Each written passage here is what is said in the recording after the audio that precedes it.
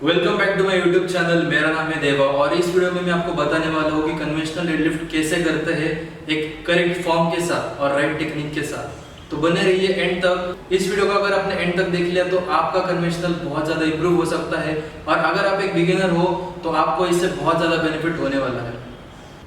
तो स्टार्ट करते हैं वीडियो के साथ। First step is gonna B approaching the bar the correct way. बहुत बार क्या होता है कि बार ऐसे टिल्टेड होता है, कभी कभी कुछ केसेस में लोग इसके ऊपर बहुत ज्यादा फोकस करते हैं। तो देखो कि बार कैसे भी हो वो एक स्ट्रेट लाइन में ऊपर आने वाला है। अगर बार टिल्टेड है तो आप उसके साथ अगर सेट हो गए और फिर बार लिफ्ट किया तो उससे कुछ इशू होने वाला नहीं है। तो प्लीज इसके ऊपर इतना फोकस देना छोड़ दीजिए।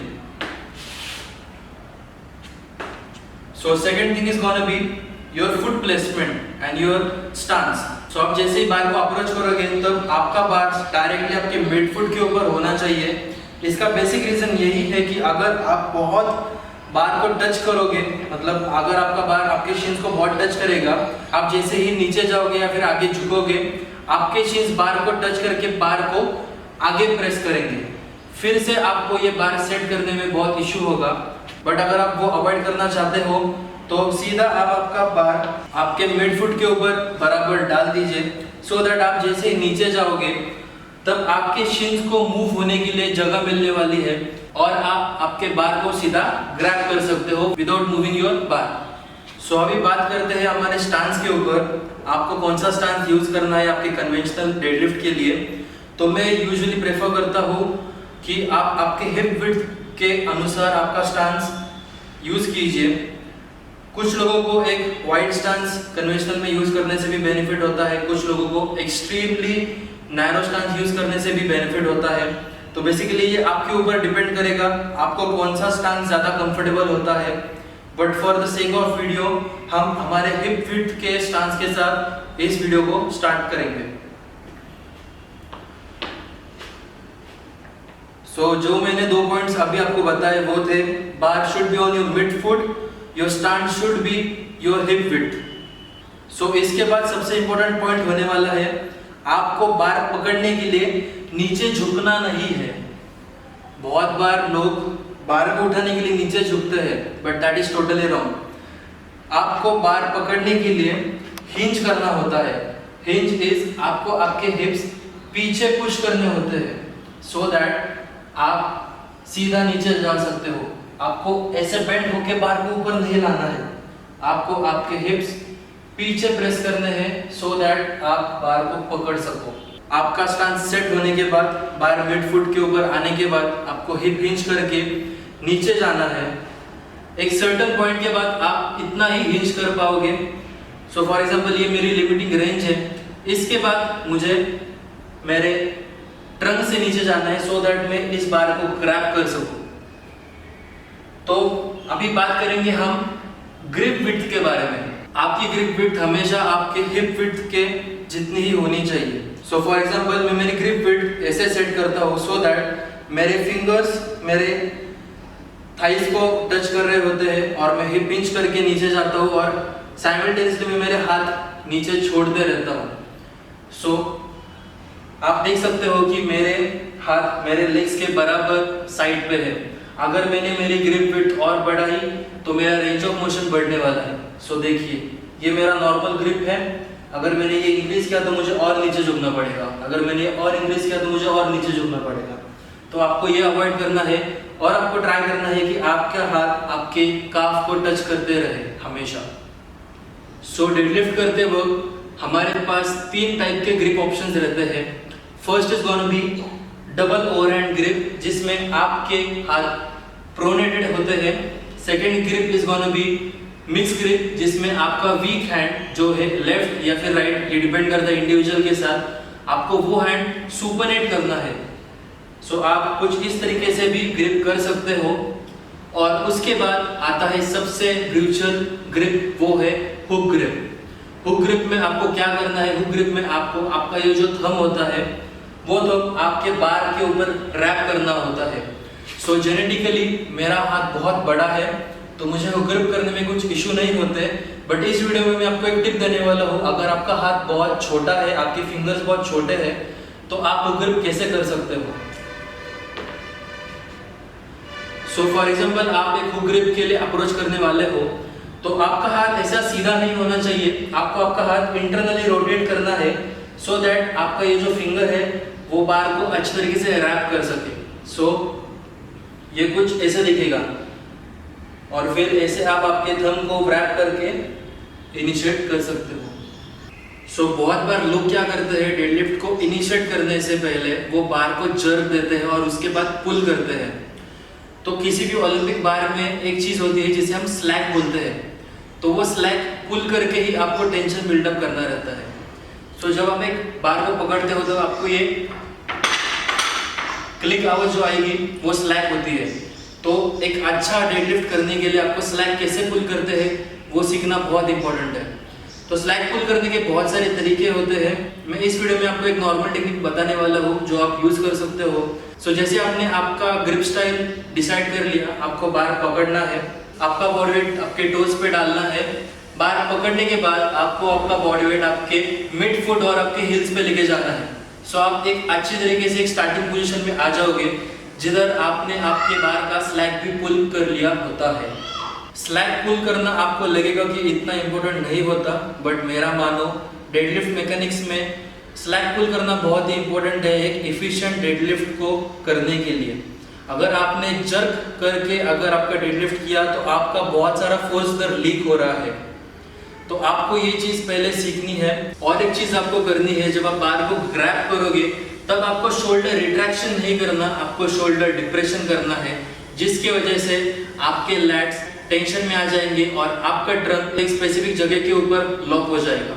बहुत सारे लोगों को यही गलतफहमी होती है कि डेडलिफ्ट तो सिर्फ एक पुलिंग मूवमेंट है, लेकिन मेरी मानो डेडलिफ्ट एक कॉम्बिनेशन है पुश और पुल का, जिसमें आपका ट्रंक एक सिर्फ होल्डिंग का काम करता है, जिधर आप आपके हाथों के साथ आपके बार को होल्ड करने वाले हो, लेकिन पूरी मूवमेंट आपकी फिनिश करेगा आपका लेग ड्राइव। आपका डेडलिफ्ट सिर्फ आपके लेग ड्राइव से ऊपर आना चाहिए और आपका ट्रंक आपके डेडलिफ्ट के बार को सिर्फ होल्ड करने वाला है। जैसे बार आपके नीज तक आ जाएगा, आपको आपका लिफ्ट आपके हिप एक्सटेंशन से कंप्लीट करना है, ना कि आपको आपका पूरा बार सिर्फ पुल करके ऊपर खींचना है। वो बहुत ही इनएफिशिएंट है, उसकी वजह से आपको बहुत सारी इंजरीज होने के चांसेस भी होते हैं। सो और एक माइनर सी चीज है जो बहुत सारे बिगिनर्स करते हैं और उनको ये चीज समझती है लेकिन वो फिर भी दोहराते हैं। वो उनके हाथों को लॉक नहीं करते, वो उनके हाथों को ऐसे रखते हैं और बार को उनके हाथों के साथ खींचते हैं। तो अगर आपको आपकी रेंज ऑफ मोशन कम करनी है तो हमेशा सोचिए कि आपका हाथ बहुत लंबा है और अपने हाथों को रिलैक्स कीजिए। अगर मैंने मेरा स्कैपुला रिट्रैक्ट किया तो मेरे हाथ की लेंथ देखिए कितनी कम हो जाती है। ये मेरे हाथ की लेंथ रिट्रैक्शन करने के बाद जब मैं मेरे शोल्डर्स रिलैक्स करूंगा तब देखना मेरी हैंड की लेंथ कितनी बढ़ती है। सो जितना लंबा आपका हाथ होगा उतनी आपकी कम रेंज ऑफ मोशन होगी, आपको उतना कम बारबेल मूव करना पड़ेगा। सो हमेशा अपने हाथ जितने हो सके उतने रिलैक्स रखने हैं और कभी भी इन बिटवीन योर डेडलिफ्ट आपको आपके हाथों के साथ डेडलिफ्ट को ऊपर खींचना नहीं है। सो किसी भी लिफ्ट में ब्रीदिंग और ब्रेसिंग ये टर्म बहुत ही इंपॉर्टेंट है to maximise your force production and make your lift more efficient. So बहुत बार क्या होता है, लोग चेस्ट ब्रीदिंग करते हैं, बहुत बार नहीं, ये सभी जिम्स में लोग यही चीज करते हैं और वो पूरी तरीके से गलत है। सो मैं आपको डिफरेंस बताऊंगा चेस्ट ब्रीदिंग और बेली ब्रीदिंग में क्या होता है। So first is gonna B chest breathing. आप देख सकते हो कि मेरे चेस्ट में ब्रीथ करने की वजह से मेरा थोरैसिक स्पाइन कितना एक्सटेंडेड है। मैं पूरी तरीके से इस पोजीशन पे हूँ, जिसकी वजह से मेरा इरेक्टस स्पिना या फिर मेरी लोअर बैक लेंथन हो रही है और उसकी वजह से मुझे लोअर बैक के इश्यूज हो सकते हैं आगे जाकर। सो आपको करना क्या है, आपको आपकी पूरी ब्रेथ आपके बेली में लेनी है। तो ये कुछ इस तरीके से देखिएगा। आप देख सकते हो कि मेरे रिब्स एक्सटेंडेड नहीं है, मेरी थोरैसिक स्पाइन एक्सटेंडेड नहीं है, सभी एक जगह पे स्टैक्ड है और एक स्ट्रेट लाइन पे है। इस पोजीशन को अगर आपने सीख लिया तो आपका एक बॉडी फुल यूनिट बन जाएगा जो आपको आपके लिफ्ट उठाने के लिए बहुत हेल्प करने वाला है। सो ब्रेसिंग सबको आता है लेकिन उनको पता नहीं होता कि वो एक्टिवेट कैसे करना होता है। सो फॉर एग्जांपल आप ये सोचिए कि आप आपके दोस्तों के साथ हो और किसी दोस्त ने अचानक से आपके पेट के ऊपर एक पंच मारा, तब आप नेचुरली रिफ्लेक्स के कारण क्या करोगे, आप आपके एब्स को क्रंच करोगे और टाइट करोगे। तो ब्रेसिंग इज सिंपली दैट, आपको ब्रीथ लेने के बाद आपकी रिबकेज नीचे लेनी है और क्रंच करना है और आपको फ्रंट, साइड और बैक से बॉडी फुल टाइट रखनी है। सो अगर ये दोनों चीजें आपने सीख ली तो इससे आपकी लिफ्ट आराम से 20 to 25 kg से बढ़ जाएगी। आपको ये बिलीव नहीं होगा, लेकिन ये मैंने सभी मेरे क्लाइंट्स के ऊपर ट्राई किया है जिनको ब्रीदिंग और ब्रेसिंग पैटर्न पता ही नहीं होता, और जैसे ही वो ये पैटर्न सीख जाते हैं और उनको समझ आते हैं कि उनकी बॉडी एक सिंगल यूनिट में कैसे काम करती है, उनके लिफ्ट फास्ट इंप्रूव होने चालू हो जाते हैं। सो ब्रीदिंग के बहुत सारे पैटर्न होते हैं। मुझे पसंद है मेरा स्लैग पुल करने के बाद ब्रीथ करना, जिसकी वजह से मैं अच्छी तरीके से वेजिंग कर सकता हूँ बार के अंदर और बार ऑटोमेटिकली फ्लोट करता है उसकी वजह से। सो नीचे जाने के बाद मैंने मेरा स्टांस पहले ही डिसाइड कर लिया था। उसके बाद मैंने मेरे हैंड्स मेरे काफ के साइड पे रखे हैं रेंज ऑफ मोशन कम करने के लिए। उसके बाद मैं मेरे लेग्स को डिप्रेस करूंगा और स्लैग पुल करूंगा और मैं मेरे मुंह से बहुत बड़ी सांस अंदर लूंगा मेरे पेट में।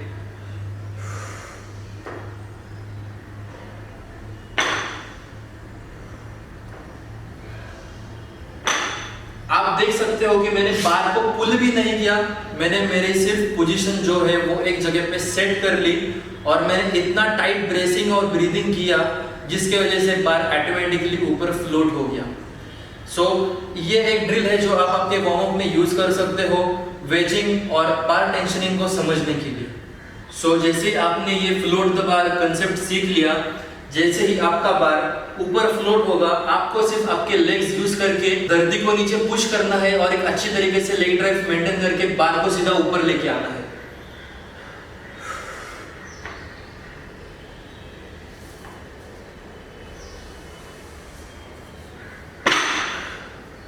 इधर आपने देखा होगा कि मैंने जैसे बार ऊपर लिया उसी तरीके से मैंने बार नीचे छोड़ा।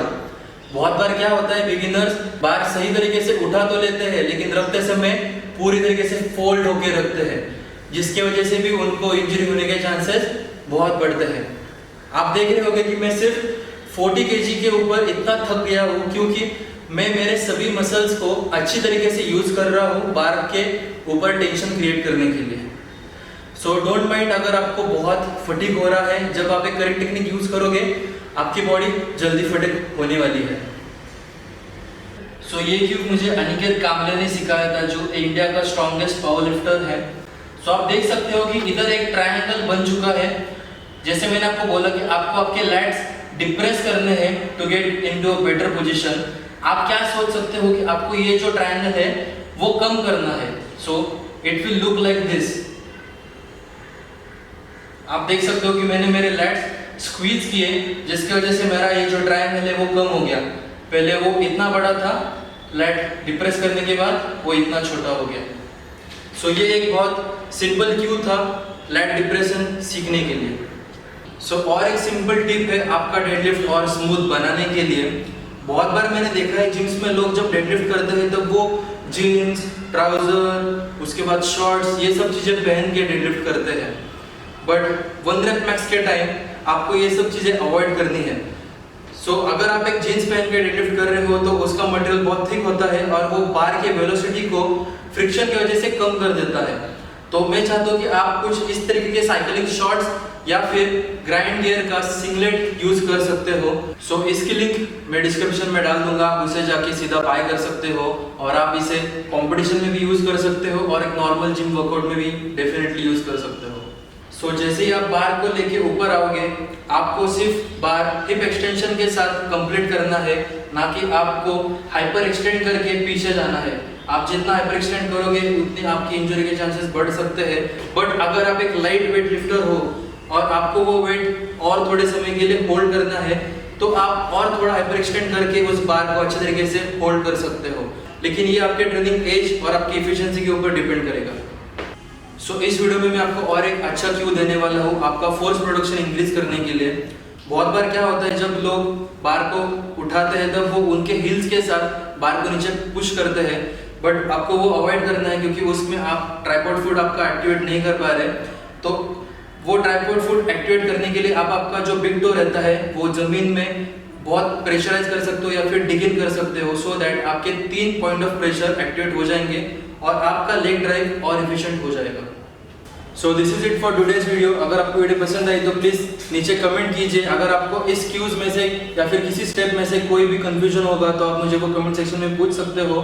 मैं उनके ऊपर आपके क्वेरी सॉल्व करने की कोशिश जरूर करूंगा।